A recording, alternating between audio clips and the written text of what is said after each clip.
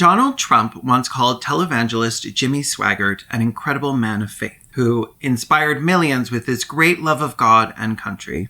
Jimmy Swaggart, who once said if a gay man ever looked at him sexually, he would kill him and lie to God about it, was mostly known for his scandals involving hiring sex workers and cheating on his wife, which ironically is what I expect when I hear a conservative call someone an incredible man of faith. Last year, Jimmy Swaggart's shitty little heart stopped working, and our patron, Dionysus, sent us their pick for the Suggestion Cemetery. A cult leader who wasn't really a cult leader.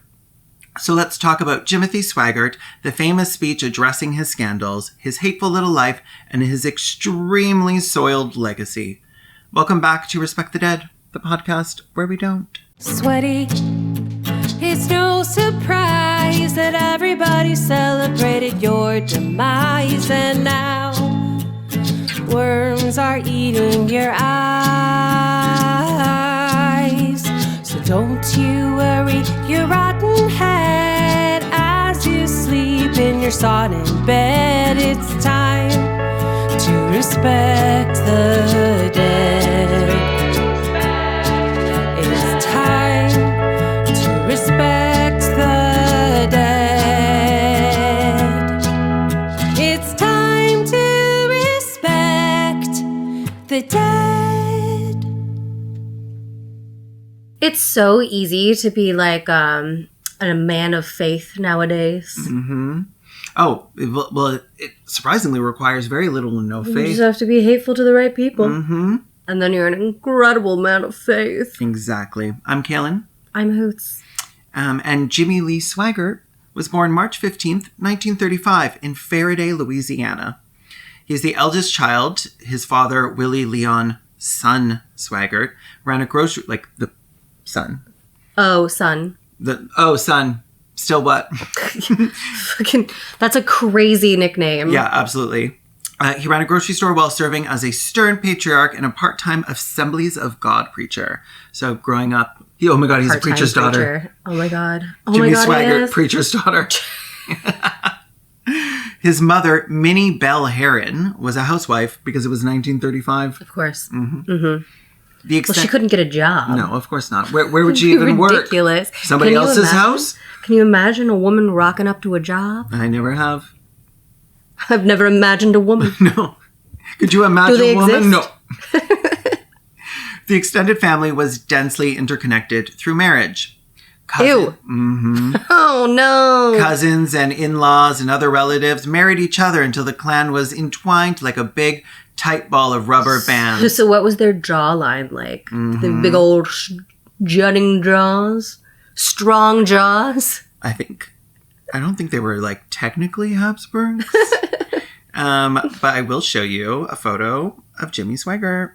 Send it to me. Oh, yeah. He does look a little inbred. Mm-hmm. And that's okay. He does look a little scary, too. Like, he looks like somebody who would chase you through a field in a horror movie. Mm-hmm. Expressionless. I can see that face splattered with blood. Oh, yeah, absolutely. And many people probably have. He was cousin to Jerry Lee Lewis and Mickey Gilley, which he was also probably their brother. Yeah. Cousin brother. Mm-hmm. Claiming childhood salvation through a divine glow ray at 7. Glow ray? He was like, God's glow ray. It saved me. That wasn't God, sweetheart. That was aliens. That was the sun. But not like that's glow not your ray. dad, the sun, the actual sun. The sun. Young Swaggart reportedly spoke in tongues and accurately predicted both a local flood and the atomic bombings of Japan. Though he later abandoned that in 1972, deeming it unsuitable for television audiences. He's no longer seeing visions of the future. Yeah. Because now you're a goddamn witch. So if you want to be a televangelist, you probably need to stop being like, and also, like God, I am like God and can see the future. Wow. The first psychic to ever just abandon it and be like, I was lying. I'm moving on. I'm moving away from that. He also did speaking in tongues. It's called glossolalia. It's so embarrassing. And it's what a lot of people think speaking in tongues is speaking in a language you don't know And it's sort of like proof that you're being possessed or that some entity, some deity is like speaking through you. But glossolalia is more just like saying things that sound like something you think is a language. Yeah. It's just making shit up. Yeah. So like you're trying to speak like Latin or whatever. Yeah. You'd be like, Onte sacole. Yeah. Like, and people who are stupid would be like, sounds like Latin to me. How do you do that? Yeah. There's a lot of like Southern Baptist churches where they'll speak in tongues, and it's always like, and I'm like, you're just making sounds. Well, that's literally nothing. That's literally nothing. That's literally nothing. Bangadawaya. It's like, that's not... Sounds real. Yeah. Sounds real to me. What could she mean? Sounds like you're just coming up with... You're just making shit up. Yeah. Well, there's just... You're just doing a little vocal warm-up. Mm-hmm. That's beautiful. Yeah, it would sound like scatting, basically. Yeah, scat. Mm-hmm. And by which I mean it sounded like shit. Both Swaggart and his cousin, Jerry Lewis, abandoned formal education, but their paths diverged. Lewis headed to Memphis recording studios, while Swaggart took to street corners and backwoods gatherings doing his little preachings. Backwoods gatherings? Mm-hmm. Sounds so sinister. Well, it is. Yeah. Well, it's just very sinister. Although he was equally musically talented, he channeled his gifts through faith, leading worship on piano and accordion. The idea of like an accordion hymn sang by that man is utterly terrifying. The idea of an accordion hymn sounds so annoying. An accordion? There is no use for an accordion in my world. First thing I would do, you know what? 3 wishes. First one, no more accordions. They're for when you're strolling along outside in like a square in Europe. And nowhere else. Nowhere else. No, also shut up with that. Just shut up with that. The way I would poke every single accordion, so it would just be like... That's my deflated accordion. You're so good at impression. Thank you. He wed his childhood sweetheart, Frances Anderson, at 17. Ew. She was just 15. And they lived in a relative's yard in a trailer while he worked for an oil company. They love oil companies. Sounds like a horrible life for her. Oh my God. Just waking up every night to the sound of an accordion. In your trailer on your uncle dad's oiled lawn. Field. Yeah. They had one son, Donnie. Like child, not the son. Yeah. Because I assume they had sex once in that like noisy accordion trailer. Mm-hmm. Yeah. And then she was like, I'm tired after that. It. Yeah, I'm actually pooped. From all the scat that you've been singing in the kitchen while shitting. During the 1950s, Swaggart preached across rural Louisiana while his family survived on roughly $30 a week. What's $30 a week? 1950 is 404. So pretty dire poverty. Mm-hmm. Well, for a family, that's boss. Yeah. Unable to afford a home and instead sheltering in church basements, pastors' residences, and budget motels, they're living skimped. Yeah. In 1957, he claimed an encounter with a demonic entity bearing a bear's body and a human face, also known as the picture of evil, which is very funny to me because he couldn't picture anything more evil than like a bear with a guy's face on it. Man face. Like just a little guy wearing a bear costume. Yeah. So then after that, he was like, I clearly need to dedicate myself to God and to preaching because I just saw the devil and he was hot. He literally saw this. Is it the toy? No. Come on. What's wrong? Like... just somebody in like a bear onesie. A bear onesie. Yeah. Goldilocks and the 3 Bears. And it's just like a story about a woman breaking into the house of 3 hot kind of fat guys. Have you not seen the Shelley Duvall version of this? No. Is that fairy tale theater? Mm-hmm. Fucking wild as hell. Is it just 3 hot fat gay guys? Well, it's 1 hot fat gay guy. Nice. That's my favorite kind of gay guy. That's right. I like him hot, fat, and gay. That's what I always say. That's right. I like him husky and not interested in me in any way. No hot, no fat, no gay, no service.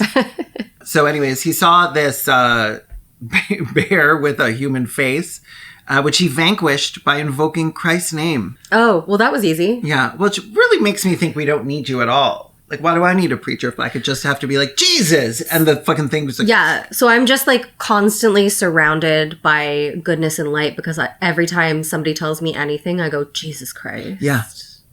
You didn't even know, but there was someone sneaking up right behind you. Just using his name in vain to protect myself. Mm-hmm. Building a little shield around myself. That's beautiful. And I mean, like, deciding you vanquished a bear demon is like as good a reason as anything else to decide to be like, I'm going to be a creative now. Like, I'm done with this workaday life down at the oil field. Like, I'm going to go be an influencer. Yeah, I'm meant for something more. This is where I was meant for the stage. This is where his I Want song would come in. He sits down on the rock. Yeah. He sits down on the corpse of the person who was wearing a bear onesie. Yeah. And sings his Go the Distance. Yeah. Yeah. In another story arc, this was just his introduction to furrydom. And the world would have been way better off if he'd gone that route instead. Because furries are almost always based, except for the like 3 Nazi, like literal Nazi rats running around. There's a handful of Nazis, but most of them are just like fine. Yeah. So a lot of them are just like extremely based. Cool. Yeah. Have great opinions, do cool things. Mm-hmm. Sun Records producer Sam Phillips sought Swaggart as the label's first gospel artist, hoping to compete with the rival label's religious catalogs. Despite his cousin Jerry Lee Lewis reportedly earning $20,000 weekly at Sun. Damn. Yeah, I know. Can't imagine what that is in modern day, because that's still $20,000. If we made $20,000 a week, girl, I'd buy an apartment up here in Canada. Fly up here to film with you whenever the fuck we want. $269,918.67 in 2026 purchasing power. A week. That is purchasing power, That's I will say. Crazy. Yeah. Swaggart declined, declaring his calling was to preach rather than record. Oh my God, he's got like ethics, moral standards. He's done because you can do both. Look at us. Yeah. We're preachy as hell and we're recording. Swaggart launched his full-time evangelism career in 1955, preaching from a donated flatbed trailer and steadily building a revival meeting following across the American South. By 1960, he had begun recording gospel albums and broadcasting on Christian radio stations. Revival meetings are crazy. There's nothing you could do to get me into like a hot tent. No. In a field somewhere. Well, just to listen to some guy into a hot tent in a field somewhere, and it's men, and it's drugs. Not this men. No. No. I'm not just to listen to some guy talk. No. Oh, God, no. That's the last thing I want to do in a hot tent. Especially if he's going to, like, show off his track marks and be like, I used to be addicted to heroin for a week until I found the Lord. They always do that. They love that. They're making up track marks. Yeah, they were always addicted to something. Touched heroin. Oh, no, he's goddamn in there with his ballpoint red pen being like, I was on the hard stuff. And until the Lord found me. And then it was like hot drinks. You can take me away from the sauce. And it was like a hot cocoa. Okay, that would be a problem, though. If you can't stop drinking hot cocoa.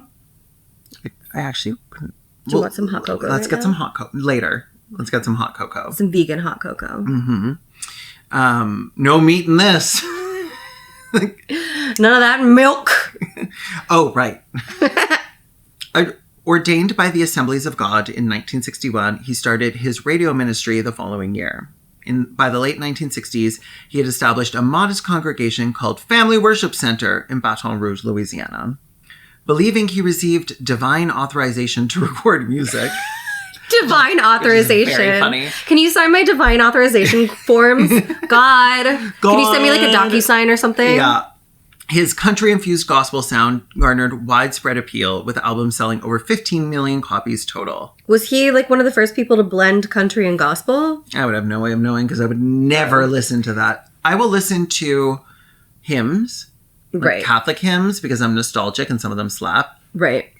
Children of the Light. Amazing. But like... Nearer My God to Thee. Always reminds me of Titanic. Yeah. So actually for the morgue, we're going to listen to some Jimmy Swaggart songs. Okay, great. Because I mean like...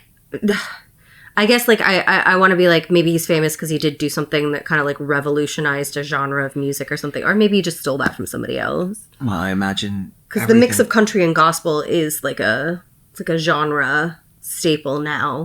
But I assume it does come from the 50s because it feels like a very 50s thing. Well, we would have no way of knowing. Sound off in the comments if you are a Brona and you know about music. And you went to school about music. In his autobiography, he described negotiating a revenue split with God. That's hilarious. Yeah. Father, could you take 90% and let me have 10%? But funnily enough, he didn't actually give any of his money to God. Well, no, of course not. How would you do that? It's like that reminded me of that TikTok that's like a parody of Running Up That Hill with the avocados. Oh, yes. Yeah. In 1971, he launched a weekly half-hour television broadcast on Baton Rouge stations and acquired local AM station WLUX, which like Dubs Lux, I guess, which is now WPFC, which aired Christian programming, preaching, and gospel music targeting fundamentalist and Pentecostal audiences. Oof. I know. The vibes are rancid. Rank. When I hear the word Pentecostal, my asshole tightens. I'm actually not even in this room anymore. I got up and I walked the fuck out. I need a little break. Let's take a little break. I need a little break.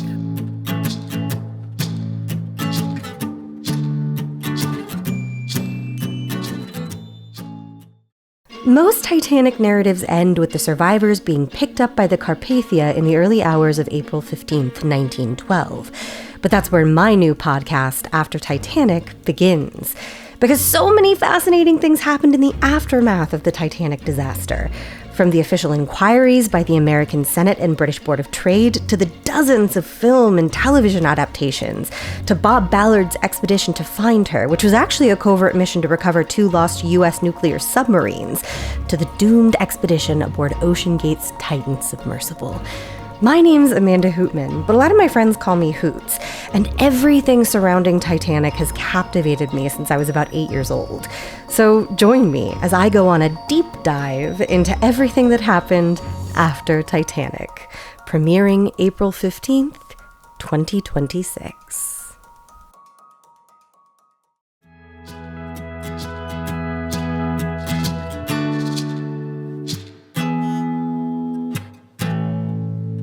Claiming divine instruction to broadcast, Swaggart debuted the Camp Meeting Hour in 1969, a radio program blending hymns with fiery sermons carried across hundreds of stations. So it's very much like the broadcast radio televangelism. Right. Like he's screaming, he's yelling. He knows people are coming there because they want to hear him fucking yap, but angrily. It's called the Camp Meeting Hour? Yeah, that's ugly. Yeah. It's an ugly name. What makes it camp? Nobody knows. Nothing. I would do like a drag show where that is the theme, Camp Meeting Hour. Yeah.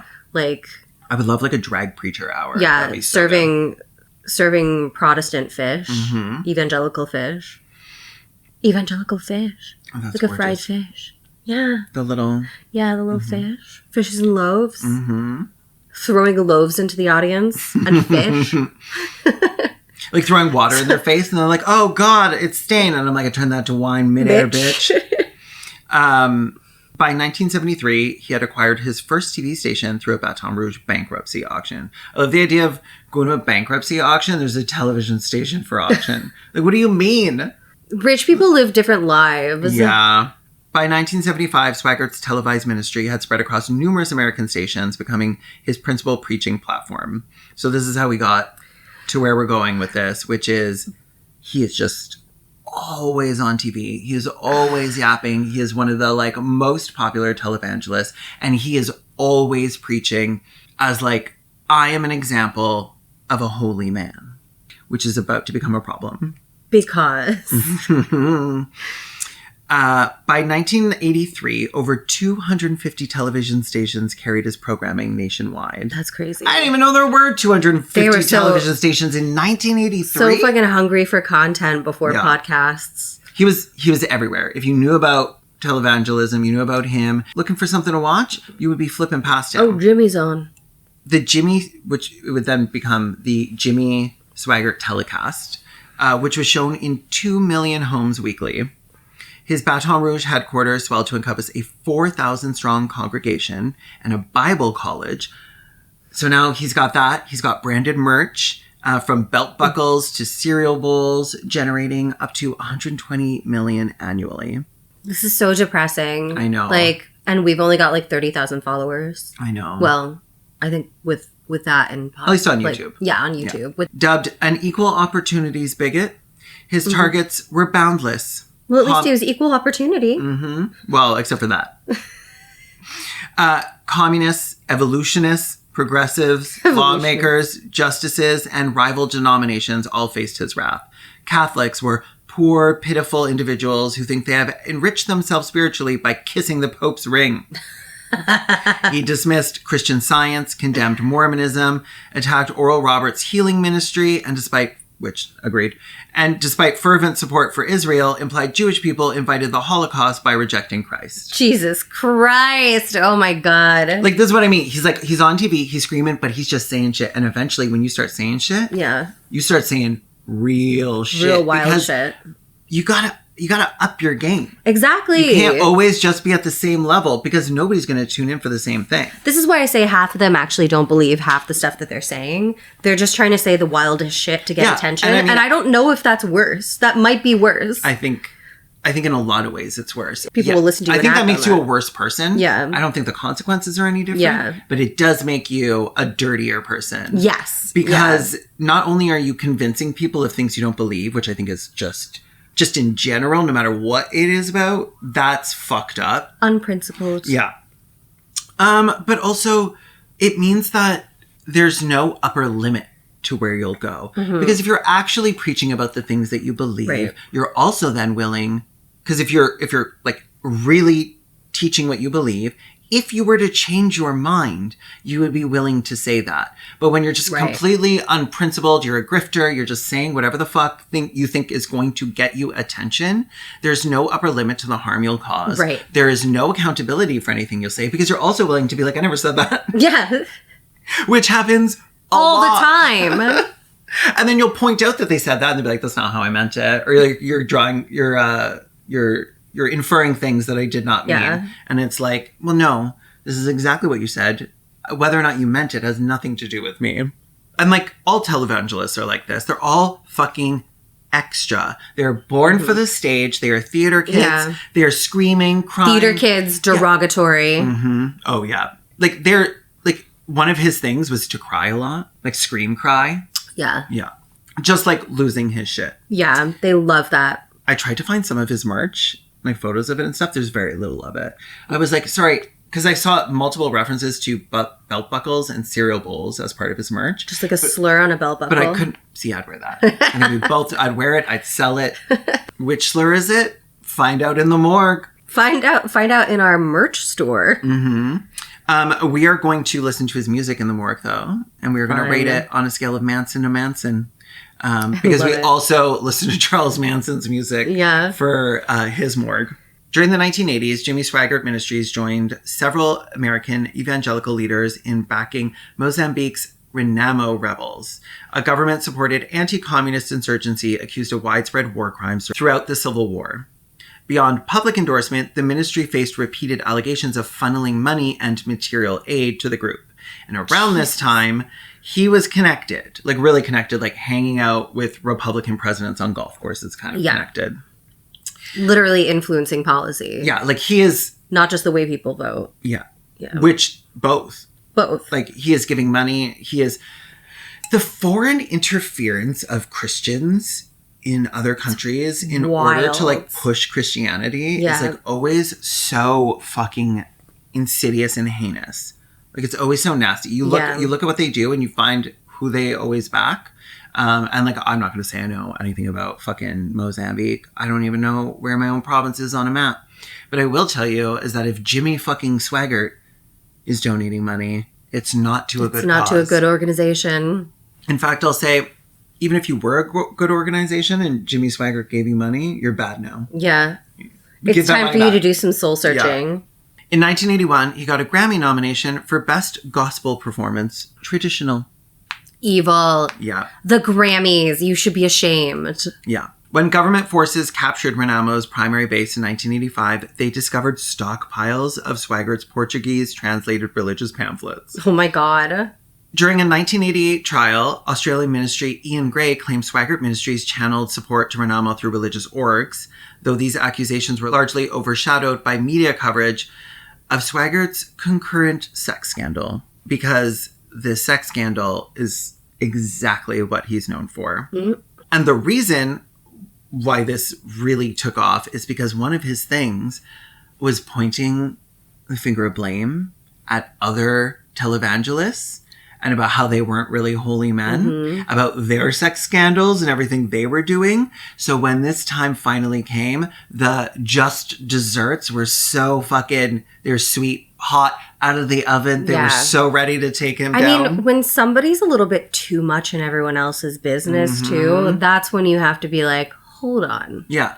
What's going on over in your house? Yeah. Are we engaging in a little misdirection here? Pointing the finger away from ourselves? So his war against rival preachers ultimately would be the thing that would destroy him. He had long derided prosperity gospel figures as pompadoured pretty boys with their hair done and their nails done who call themselves preachers. The pompadour thing is very funny. Yeah, and true. And publicly eviscerated Jim Bakker on Larry King Live as a cancer on the body of Christ. Oh my God. Following Bakker's sexual misconduct. His assault on Marvin Gorman backfired disastrously.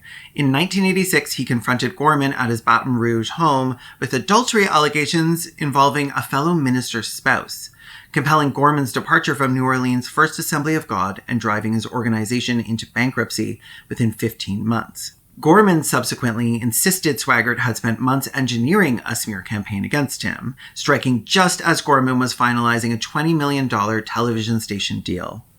So, like, a lot of this was extremely calculated. And people could tell that this had nothing to do with his morals, his principles. He doesn't actually care about sexual misconduct. No. Gorman's defamation lawsuit yielded a $10 million judgment before settling for $1.75 million on appeal as compensation for his destroyed career and psychological trauma. Seeking revenge, Gorman dispatched his son and a son-in-law to surveil a New Orleans area motel where they photographed Swaggart outside a room with local sex worker Deborah Murphree. Murphree. P-H-R-E-E, Murphree. Probably French, Murphree. Probably French, yeah. If it's Louisiana. Yeah. Gorman then confronted Swaggart directly and extracted a promise that Swaggart would publicly apologize and help reinstate Gorman's credentials. Swaggart did no such thing, of course. and he's like, oh, don't worry about it. I got you. And then just ignored him for a year. And after that year without action, Gorman exposed the encounter. On February 21st, 1988, Swaggart, in front of his packed Baton Rouge headquarters, and a television audience of millions, delivered his now iconic, tearful, I have sinned speech on live television, pleading for divine forgiveness without specifying his transgressions. I will say for him, he's very good at being an influencer. He's very good about, like, how can I spin this into more attention and money for me? Have you seen this? No. Okay, so this is what everybody knows him for. Okay. And this is the first thing I watched when I was like, am I going to cover him? And we are going to watch it. Amazing. I want to address myself as best as I know how to those that I have wronged, that I have sinned. I guess I should have expected that he would sound like Foghorn Leghorn. First of all, Now, I did not fuck her outside that motel. I forgot he was in Louisiana. God never gave a man a better helpmate and companion. I hate watching people try to act. She's Like, amazing. try to make themselves She's I love her great. hair. And as far as Shoulder this pads. gospel has been taken through the Is that his ether wife? waves Yeah. Okay. I was like, the camera's lingering. to the great cities of the world and cover this globe, it would never have been done were it not for her strength.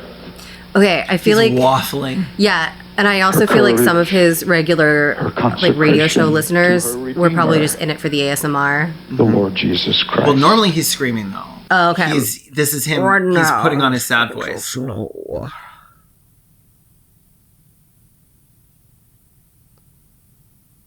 Ooh, gotta rub that onion. Rub that onion on your face, sweetheart. Where the fuck did the audio go? What the hell? Did it connect to something else? Bluetooth isn't even connected. Does this one cut out like halfway through? That wouldn't make sense. What the fuck? Bluetooth is off. Let me just refresh. Holding back the tides of hell. The guy losing it in the front row. Who the fuck is that? There's a man in the front row going. Let's take a little break. Angus, do you need a break?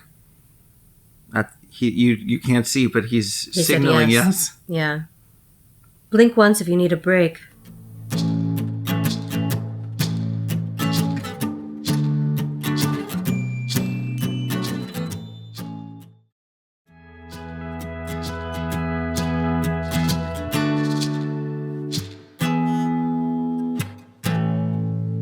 This is his famous "I have sinned" speech. Specifically because he does admit that he has sinned, even though he doesn't tell say you what the sin was. What the sin was. Everybody knew. Yeah. But, well, not everybody. I'm sure there's some people listening being like, oh, he's so honest. Maybe he was thinking impure thoughts about his loving wife. The image of him weeping during this confession became emblematic of the late 1980s televangelist scandals. Further allegations followed.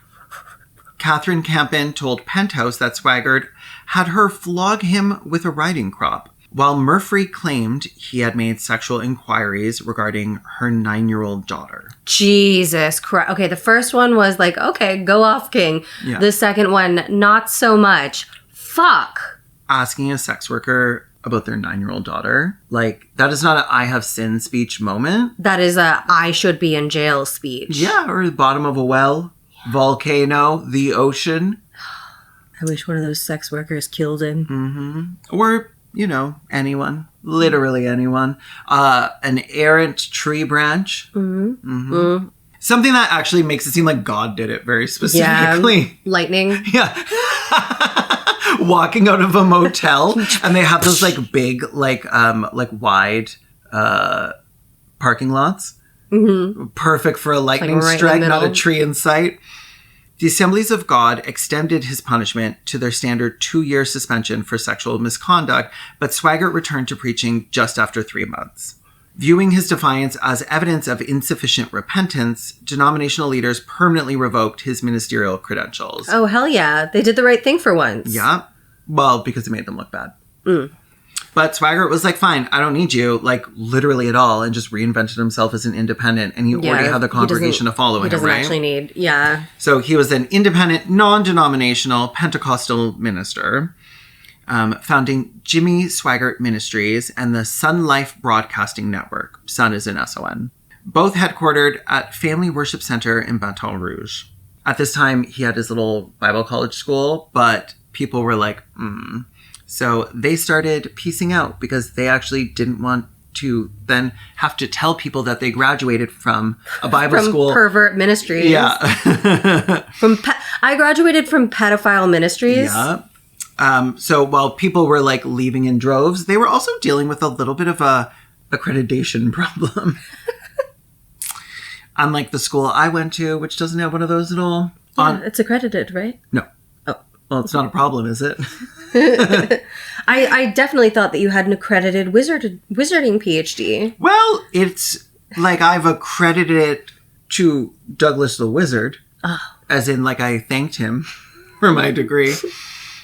On October 11th, 1991, Swaggart was caught with a sex worker for a second time after police pulled him over for driving on the wrong side of the road. Girl. He's so Rob Ford coded. I know. Just driving down the right side of the road. Reading Doug Ford. Sorry, Rob Ford. When Rob Ford was driving down the highway, somebody saw him in his SUV driving beside him on the highway, and he's reading a paper. I remember that. Incredible. He was like, what? Nobody was doing it like him. He's like, sorry that I actually work for a living. Nobody was doing it like him. What do you do on your commute? Waste the taxpayers' time. It's so good.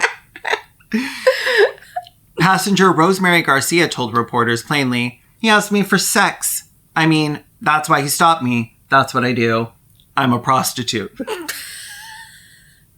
Okay, I like Not that. even bothering being like, oh, he was just giving me a ride. It's like, no, it's all about He asked sex. me I'm for a prostitute. sex because I'm a prostitute by trade.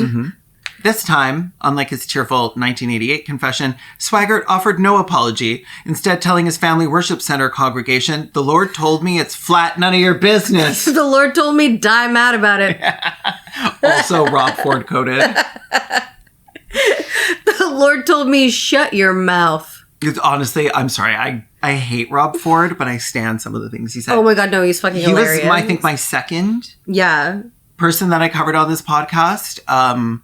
It was very early days. I'm going to put a clip in of, he gets asked by a reporter if he propositioned one of his staffers for cunnilingus, and he's like, absolutely not. And then he says this. I'm happily married. I've got more than enough to eat at home. Which is, I have more than enough to eat at home.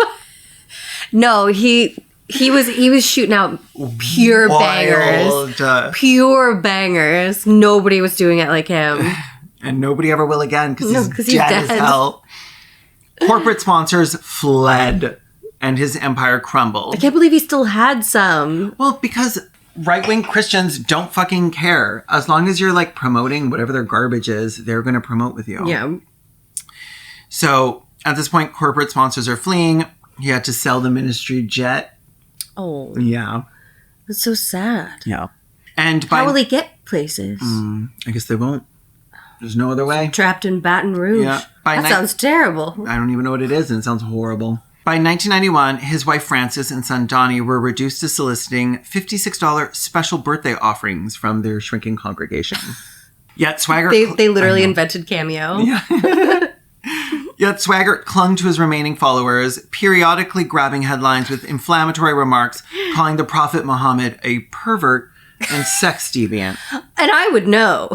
Listen, I know about perverts and sex deviants. I got also, pervdar. Clinging onto your remaining congregation is so funny because I'm imagining him literally like barring the doors and being barring the doors. Do not leave. Do not leave. I have to tell you about this fucking pervert. And they're like, we know about you. I read about a pervert today and I need to tell you. Mm-hmm. I should have worn my pervert hat for this one. He then briefly relinquished leadership of his ministry, citing a need for a time of healing and counseling. His failing Bible college was then renamed World Evangelism Bible College in 1991 after the second scandal, and the school shrank to 370 students, shuttering its music physical education. Still 370, way too many. It's so funny. I didn't realize this was like a real college because they were like, you know what we had to do? We had to shut the music, phys ed, secretarial science, and communications programs, along with the basketball team. Christian the fact that it had a basketball Christians love team. Basketball. Almost as much as they love football. Honestly, I bet those locker rooms, horny as hell. Oh my God. Christian just Bible school. Ugh. Crunchy ass towels. Mm-hmm. Over the course. Snap them in half. Oh my God. Yeah, like a Eucharist. Oh. Over the the crunchy cum rag being like body of Christ, and you're like, I need a little break. Let's take a little break.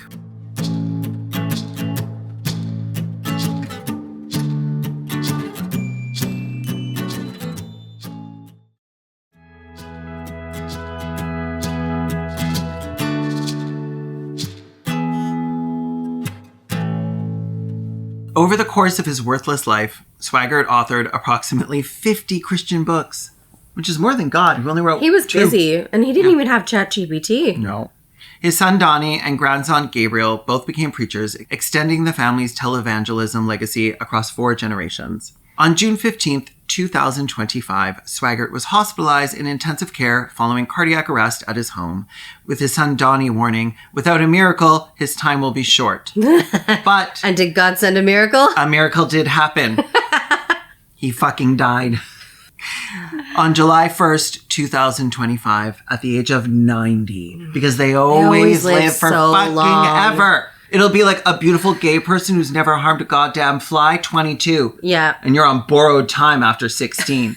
With people like this, just fucking forever. Forever. You know why? It's because we're always rich. Yeah. That's all They it can is. afford it. They can afford medical care. Mm-hmm. they don't lose like half of their life expectancy by having to wait for the goddamn bus. They don't have to go to prison. Mm-hmm.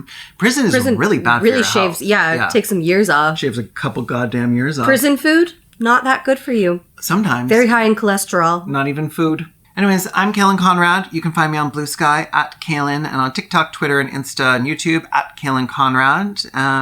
And over there on my main YouTube channel, I do video essays, investigate fringe groups, talk politics, react to horrible gay and Christian movies. And you can follow my upcoming horror audio drama, Welcome to Isaiah, on every platform as at Welcome to Isaiah. I'm Hoots. You can find me on Blue Sky at Hoots and on Twitter at Punished Hoots. I also have a little YouTube channel, Hoots Hootman, where I create video essays, sometimes experiment on my little body. And I have an upcoming podcast called After Titanic. You can follow us on Blue Sky at After Titanic and find us on YouTube or wherever you listen to your favorite podcasts simply by searching After Titanic Podcast. Yeah. If you want to suggest someone else for us to cover, you can do that over on Patreon or YouTube members. You get access to our suggestion cemetery if you're weirdos tier or higher, where you can submit a name and then we'll cover them, maybe. As well as a key to the morgue, where we have our little mini-sodes. So like this will come out one week. The next week will be the mini-sode about Swaggart. this, where we're going to listen to Jimmy Swaggart's music. And we have one of these for every single episode. Almost. For the most part. Yeah. Almost for the most part. If you're watching here on YouTube, where we do full video episodes, I think also on Spotify, there's full video episodes. Mm-hmm. But many people would rather watch over on YouTube, and that's fine with us. But if you do, a little like and subscribe, a little comment that doesn't mention the algorithm, because YouTube's wise to you now. Mm-hmm. And if you're listening on a podcast app, a review would be amazing, but only if it's 5 stars or higher. And if it is 5 stars or higher, we read them. Mm-hmm. And if it's not, we don't. If you want to not out loud, we just read them to each other. Mm-hmm. If you want to, and if you want to leave constructive feedback, don't do that in the podcast reviews. Do it in the YouTube comments where we can delete it. That's right. After we read it and maybe take it to heart. Yeah.